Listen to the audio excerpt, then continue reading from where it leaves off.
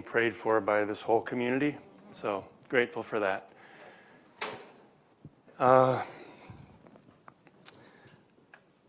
Well,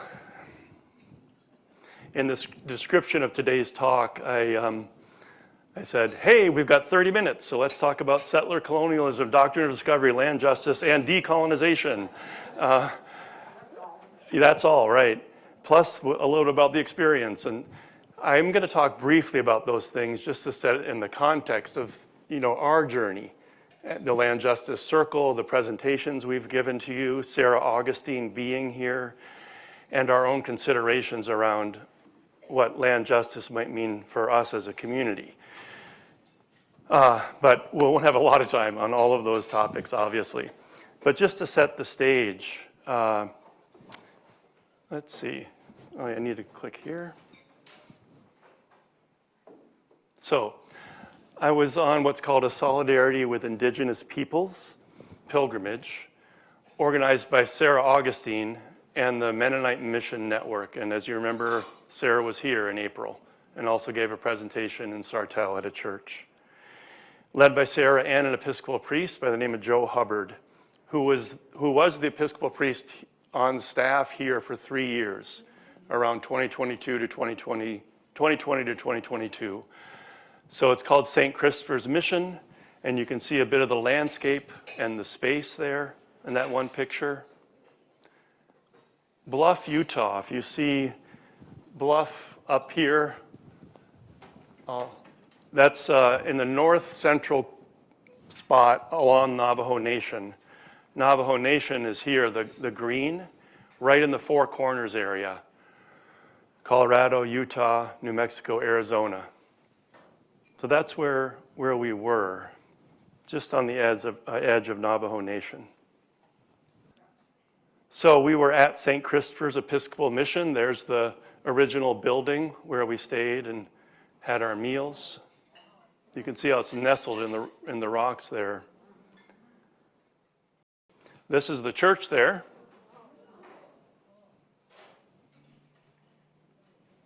Is that a Christian church?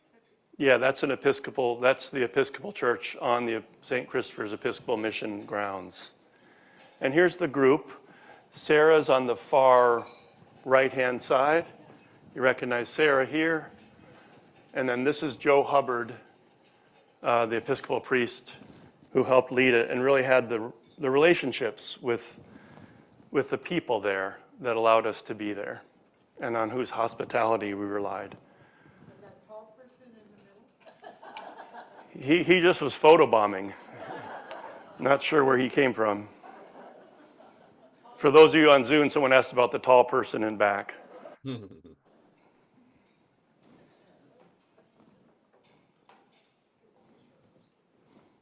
And here's the inside of the church where we met for at least our conversations with Sarah and Joe. It's quite a nice space. So, I chose You Are Not Alone as the title for today's chat. And one of the reasons is based on a meditation that Sarah offered one of the days. And so I thought we would start with that, with this opening meditation that I found powerful.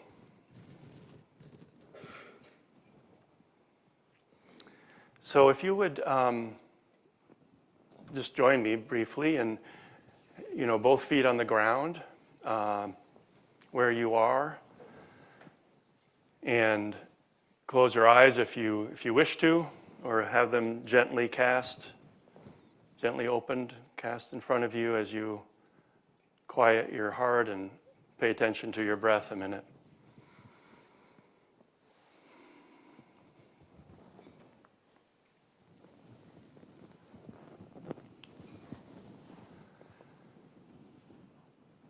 So imagine underneath your feet are on the floor, but underneath the floor, the building is the ground, the earth, the soil.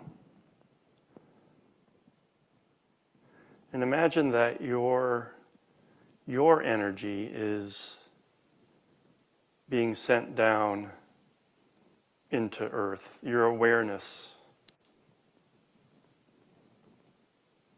Like you are sharing your energy with the soil, with the ground.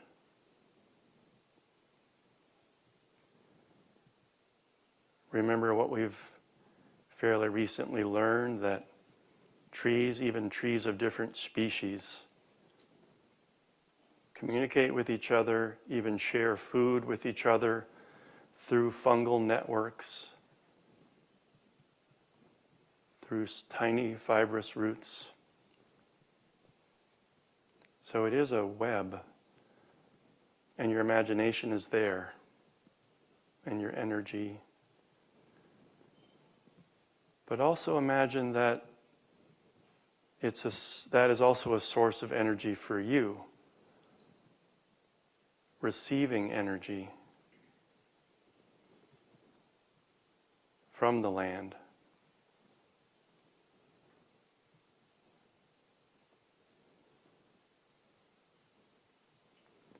And that is available to you as you walk at any point in any day.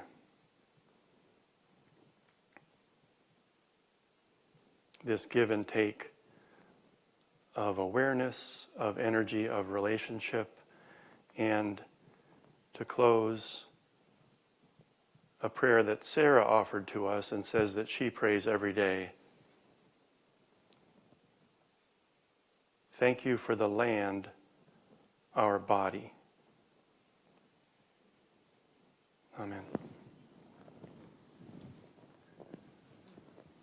So we'll get to this later, but one of the questions that's come to my mind is, what kind of cosmology or worldview would have a prayer, thank you for the land, our body? So just briefly, our own journey here, we've been guided by Land Justice Futures. We were in one of those initial cohort of religious communities being guided on a process of learning about land justice. We've had 4 or 5 presentations about it. Sarah was here. And we have this nascent growing relationship with Makoche Ikikchupi, or Dakota land recovery. Hey, now we have 20. So let's get going, right?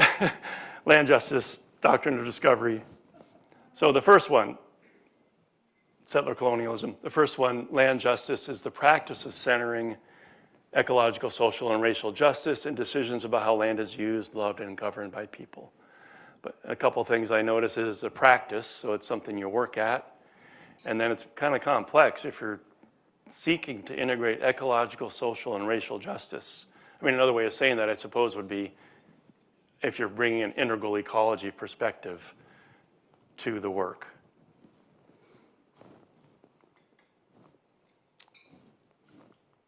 It incorporates 3 components: protecting land from extraction, which is something you all are doing, we are doing. We are also regenerating the health of the land through the habitat restoration work going on. And then the third component, according to Land Justice Futures, is this expanding land equity to Black, Indigenous, and other dispossessed communities.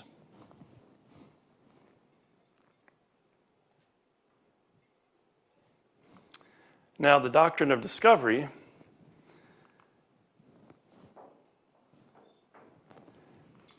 is a philosophical and legal framework dating to the 15th century. So you might remember, Sarah, I think, talked about this. There were 3 papal bulls given in the 1400s to the king and queen of Spain and Portugal to go out. You know, when they went out, any land they, quote unquote, discovered would be owned by the king and queen of those countries, Spain and Portugal, and that the people could be subjugated, any people you find there. Basically saying this gave Christian governments the moral and legal right to invade and seize indigenous lands and dominate indigenous peoples. And Sarah and Joe put together this really pretty impressive booklet for the pilgrimage. And in it they write, the patterns of oppression that continue to dispossess indigenous peoples today are found in numerous historical documents, the papal bulls, but also royal charters, and even a US Supreme Court ruling as recent as 2005. So, I mean, it's still a part of law. It's still a body of law being referred to. And then they go on to say, this doctrine originated with the Christian church, and it is now the church's responsibility to dismantle it.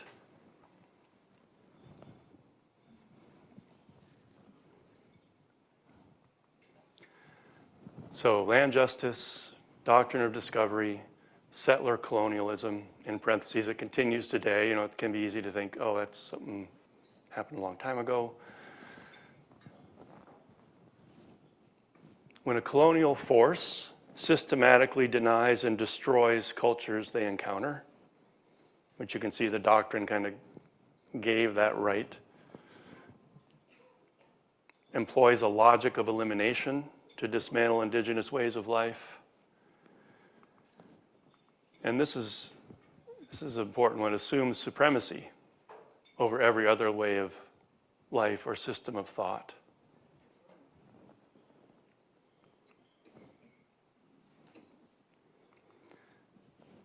So those are some of the things we talked about, some of the themes, but now I want to share a few stories of things that I'm remembering, thinking about, that maybe you will be thinking about with me, because they can be challenging things to understand. And I don't understand them all, but I wanted to share them with you. And they may inform our own land justice journey. So one, this might be a little hard to see, but this is actually a relatively steep, part of a relatively steep hill we went down to go visit a farm. I talked with the Dene or Navajo man who was farming. And on the way down, I was like, oh, this is pretty steep, and it's awfully loose soil, loose sand, clay stuff.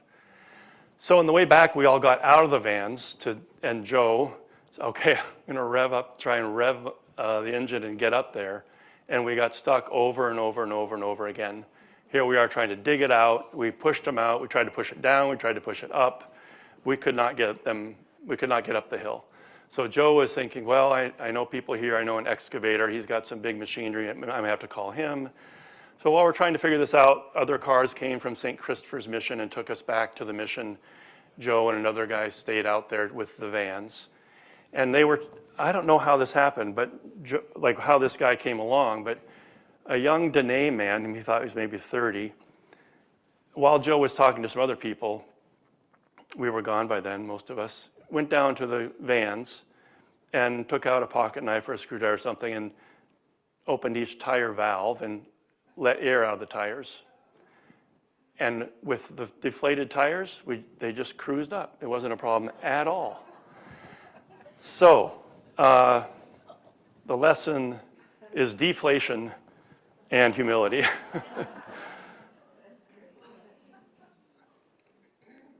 And the lesson is local knowledge. How do you live here? You know, and that's very much a part of bioregional thinking, right? Bioregionalism is about, not so much about political boundaries, these lines we sort of draw on maps haphazardly in a way, but what's in this place? How is it familiar with next door or not? You know, how do I know the people, the place, the plants and animals? But in a modern world, it also includes how do you drive through really thick, sandy soil? And that's why we got out. That's how we got out, was through local knowledge. Now Walter's story. This is Walter speaking to us. He's a Dene elder who grew up in that area, went to this, so the St. Christopher's Mission started a medical clinic and a school, the first in that area. It was started in 1942, so a while ago now. So Walter went to school one day and his mom gave him a bag, and when he got to school there was a bus there. I mean, he would just walk to school. And there was a bus there and he was asked to get on the bus, so he got on the bus, and turns out he was going to boarding school and he did not know. He was probably 7 or 8. And he looked in his bag and it was clothes, it wasn't food. And so he was crying as he told us this, and particularly crying about the loss of culture and language. We heard from about 4 or 5 people that day who had been to boarding schools. His was one of the gentler stories, if you will, because there's often abuse. And he did not recount that, but there's often physical and sexual and emotional abuse. He did not recount that, but he recounted the trauma of leaving and losing language. And I guess what I want to read here is that Father Liebler, the Episcopal priest who started all this, I want to read a bit about him. Liebler's ministry began with an understanding that the Spirit of God was at work amongst people on Navajo land long before the church arrived. For Liebler, the Dene had already experienced the divine encounter in the land. The heart of his approach was to listen and learn from their teachings and ceremonies. A historian who's written about him said, for Liebler, Navajo beliefs were seen as a compatible expression of Christian values. So you can see how 1942, that was very, we would probably say forward thinking, right? And it wasn't so much assuming the supremacy of a settler colonialism. Remember I mentioned that assuming supremacy over any other way of thought or way of life is part of settler colonialism. So in some ways it seems like he wasn't practicing coming out of it from that space. He learned the language. He wore his hair as Navajo did. He did not go back east when he retired. He ended up living and dying amongst the Dene. He spent a lot of time in ceremony with the Dene. And yet he was also part of this boarding school initiative. There were buses there that took kids from the area, from St. Christopher's Mission to boarding schools. So I highlight that to sort of, it's understandable how perhaps any time the church comes into contact with indigenous cultures, as it has in our history anyway, even when done well, quote unquote, that significant trauma is a real possibility, like Walter's story of the boarding schools.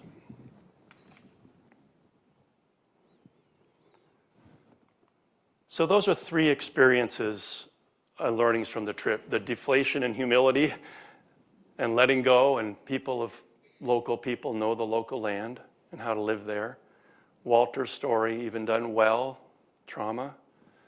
And then thirdly, Sarah had 2 points in discussions about giving land back, which is often part of land justice conversations, right? Giving land back. She said it's not always that indigenous peoples are asking for. What she said is they want others to join in being land and water protectors. And that's a common theme when you think about advocacy or efforts of collaboration between allies and indigenous peoples, is becoming land and water protectors. Indeed, that's part of what's going on in Minnesota with protecting wild rice habitat. There's a proposed tamarack mine very close to somewhere where the Mille Lacs Ojibwe tribe lives, a nickel mine. So there's a website called Water Over Nickel that they and others are very on top of in terms of advocacy related to water over nickel. So land and water protection, and then second, self-determination, the ability to meet their own needs. And Sarah said they know how. So those 3 experiences or statements stuck out to me. But then as I looked through my notes, a number of other things stood out to me that I want to briefly share with you. And I think one way, a lens through which we can understand those statements just might be decolonization. So we are going to get to decolonization right now. First, decolonization is the relinquishment of a subjugated people. which relates to Sarah's comment about self-determination, right? Also sounds like freedom for the oppressed, which is one of the main things Jesus said he was going to be about when he announced his ministry, right? Freedom for the oppressed. Sorry, there we go. Decolonization, the relinquishment of a subjugated people. Another thing I wrote down, those who have benefited from settler colonialism have to be willing to give up power. Those of us benefiting from the doctrine of discovery are also in bondage to it. So just think about that a minute. Along with this one, liberation is not for indigenous only. It is for all of us, and it comes through healed and healing relationships. And related to all these, we are oppressed by the way we are taught to think. And we are taught to think, aren't we? I mean, everyone has to be taught to think a certain way. So then I'm drawn to, well, if we have grown up in a culture that in a sense has a colonized mind,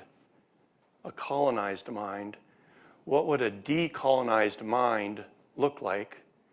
And how might we actually act differently if our mind, and our heart would be included there, were decolonized? Because then we would be thinking in a different way and acting in a different way. So, oh, did I do that right? Look at that. Okay, sorry. There we go. A colonized mind, a decolonized mind. A colonized mind has a desacralized cosmology where everything is essentially dead or a resource, including you and me. Remember at the retreat I did in March, if you remember, those two economies, the circle of our nature's economy and the line of the human economy. We're a resource, we're labor, but it's a desacralized world made up of inanimate matter.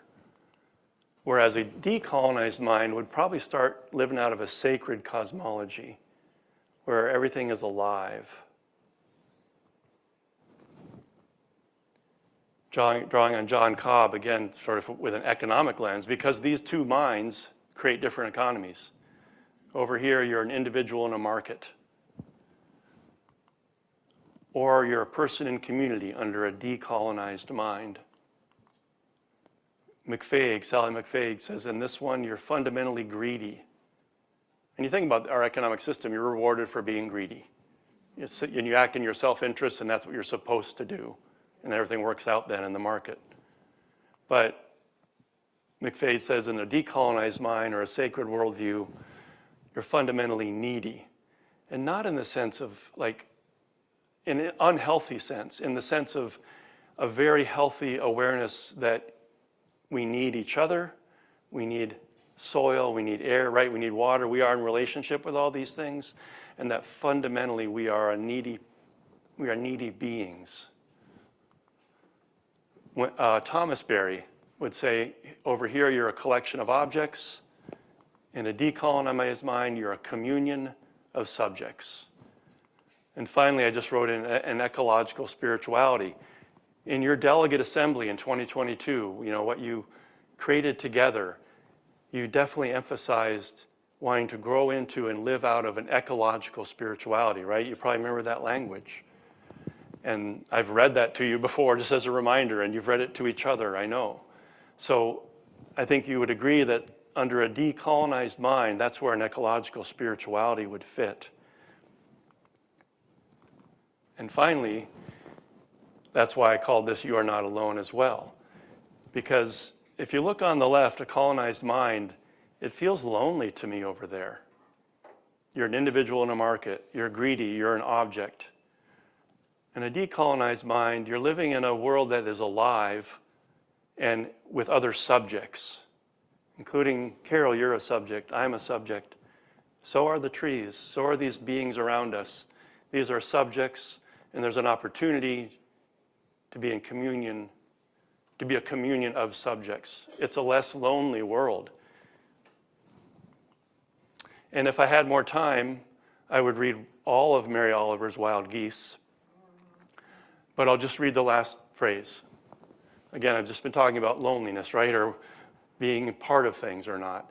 Whoever you are, no matter how lonely, the world offers itself to your imagination, calls to you like the wild geese, harsh and exciting, over and over, announcing your place in the family of things. So like we started with that opening meditation of imagining your connection to soil and exchanging of energy as you walk this earth, as you walk these buildings. And she closes with announcing your place in the family of things, which is certainly, it seems to me, what every indigenous person who describes their cosmology, it is an alive universe where you're in relationship with a family of things, and you're one of them, and so is the rest of the created order. And finally, thank you for this land, our body. Again, the prayer that Sarah learned from, I can't remember who, probably an elder. So she prays this every day. Thank you for this land, our body. Thank you for this land, our body. Thank you for this land, our body. Thank you for this land, our body. Thank you for this land, our body.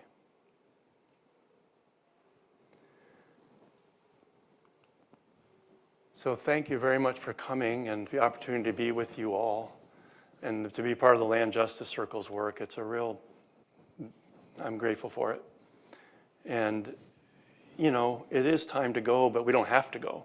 So we can hang out as long as you'd like to just reflect, questions. Anyone on the Land Justice Circle want to say something?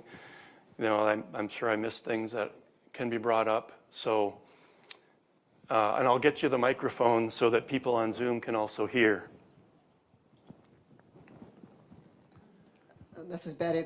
An observation is that all the things you listed under the decolonized mind are characteristics of Franciscan spirituality, which predates the doctrine of discovery. So there were some popes that went astray over the centuries, but Franciscans have always held to those values, and Pope Francis repudiated the doctrine of discovery, so we're really much in tune with what the church is teaching these days. Very good point. Thanks a lot. And I'm going to send that quote about popes going astray and see how you get treated. But thank you, Betty. That's right. And right, Franciscanism, or 1200, right, or so, and kinship has always been part of what you all have lived into and sought to express. And that's where the Dream Project comes from, I would say, in some ways, right? This connection to the land. Carol? This is just a reminder that it was before Bishop Patrick came here, the Benedictine sisters and we asked the bishops as they gathered in their official yearly meeting, which is going to happen right this week, I think, and we asked them to put on their agenda the doctrine of discovery. And of course, we never heard back from them, but maybe we should ask again. Thanks, Carol. Does anyone on Zoom have something they want to say? If so, please unmute and we'll go to you a minute. Okay, just chime in if you want to. Anyone else here? Michael, Oh, yeah. can you tell people to speak a little louder and hold the mic a little closer? Otherwise, we can't hear very well. Wow, we can hear you really well. Thank you. Well, I was talking loud, so anyway. Oh, thanks, Mom. Mom says speak up. So hold the mic closer, please. Well, Mom, one of our sisters said the popes had gone astray. I want to make sure you hear that.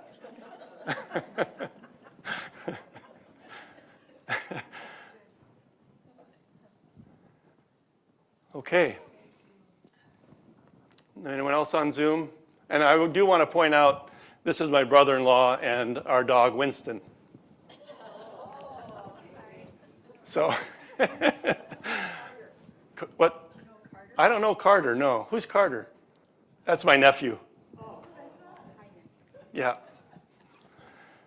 So everyone's done asking questions or just asking about who's on the screen now.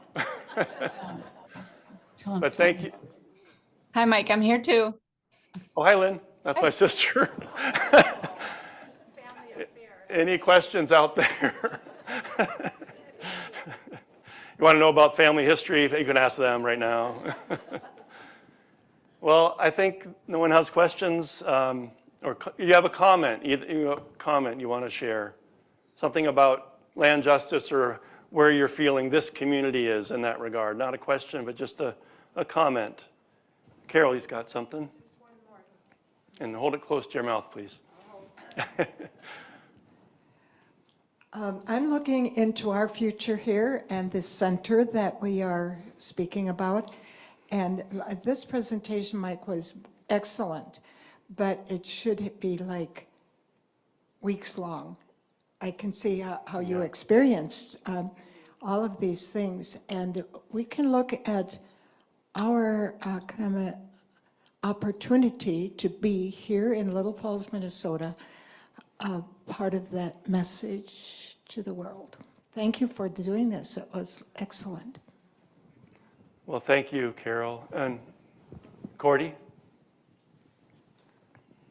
Just a little redundant, but I found the presentation to be very concise and clear and inspirational, and it really engaged me, and I'm sure it engaged all of us. So thanks, Mike, so much for your presentation. It was very, very amazing. Thank you. Thank you kindly, Karen. One of the things you brought out was this thing about taking the air out of the tires so you can get up the hill. Yeah. Because that was a local piece of information. That's something I think that many of us would never ever realize or think about. But the people in the, or people who live in these areas, they know how to do things. And we have to learn to respect their knowledge, which is not just at the moment, but very historical. Absolutely. And yeah, there were 30 of us on this trip, pretty much, about 30 of us, 29, or none of us knew to do that or thought of it. You know, we're trying to work hard. We're trying to push it. We're shoveling. We're thinking. And this guy just came and and there we went, and we got up the hill. Yeah. We were out there for a couple hours. No, I mean the whole trip. Oh, we were stuck for a couple hours. The whole trip was Tuesday afternoon till Saturday morning, Saturday noon. Basically 4 full days. Was there ever any representative from the Catholic Church? Yes, mainly Mennonites, a few Episcopalians, and myself. So I don't know if there were any formal Catholics. I'm not sure, actually. Actually, I think there was a woman from Chicago who was a Catholic, is a Catholic. Well, there was an Episcopal bishop there, which was really interesting. That's a pretty, powerful position, and he's the bishop of Eastern Oregon. And he was one of the religious leaders invited back to Oak Flats that next weekend to pray with the Apache at Oak Flats. So. Mike, I was going to ask how do they do this every year at that St. Christopher Mission? This was the first time that they did it there. Sarah has been leading these trips, and Roseanne went on one in April. Roseanne Fisher went to one in Washington, because Sarah used to live on the Yakima Nation in Washington State. So she experienced something similar in Washington, but because of Joe's relationship and time with the Dene, the Navajo, we were able to go to this place. But it was the first one. I bet they'll do it again. But one could imagine putting together a similar trip here potentially with the Dakota or Ojibwe or potentially. And, thanks especially to Roseanne and Mary and others for our connections to Makoche Ikikchupi and the Dakota land recovery work. We are part of that repair work here in Minnesota. Maybe, this is Mary H., if I could just tail on that comment is, what I hear, what you were doing, Mike, was... A little closer, Mary. Oh, Thank sorry. you. What I hear you were doing in this pilgrimage was learning about the history and the social, cultural constructs in that history.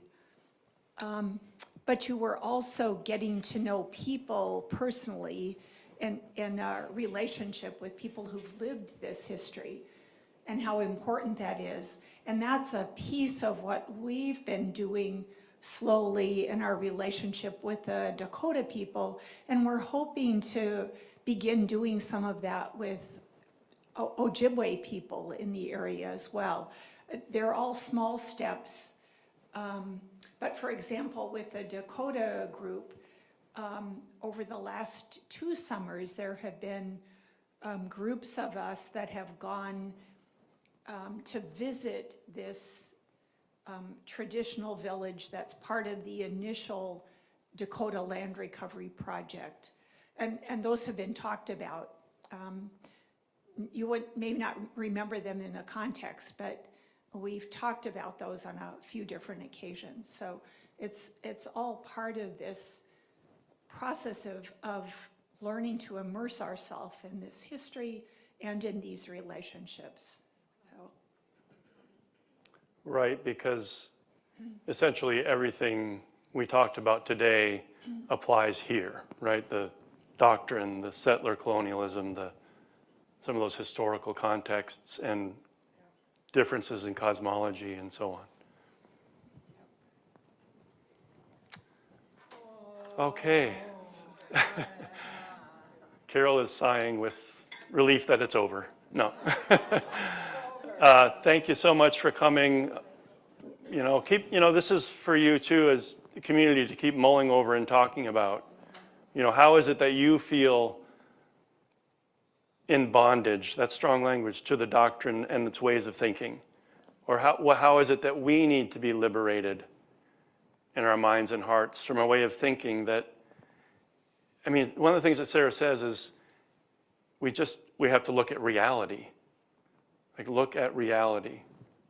And it reminds me of something Bill McKibben says when people say, well, climate change isn't happening.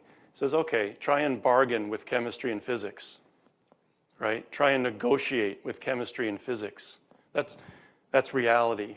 And so Sarah's, in her work in some ways, saying, let us look clearly at reality in terms of our relationship with all that is, our impacts on all that is, and how it is we too are in bondage and need liberation too.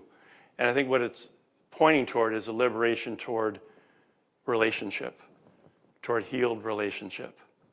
That is very hopeful and something to practice, just like practicing land justice would be something to practice. So thank you everybody for coming, and thank you everyone online. Good to see you all. Oh, chat messages? Are there anything chat? Oh, thanks so much, Mike. Okay, thank you, Jeff, and see you, Carter and Katie and Mom and Dad, Mom and Winston. There's Winston. Bye, Paul. Bye, Katie. Bye, Carter. Lynn and Mom. Thanks for coming.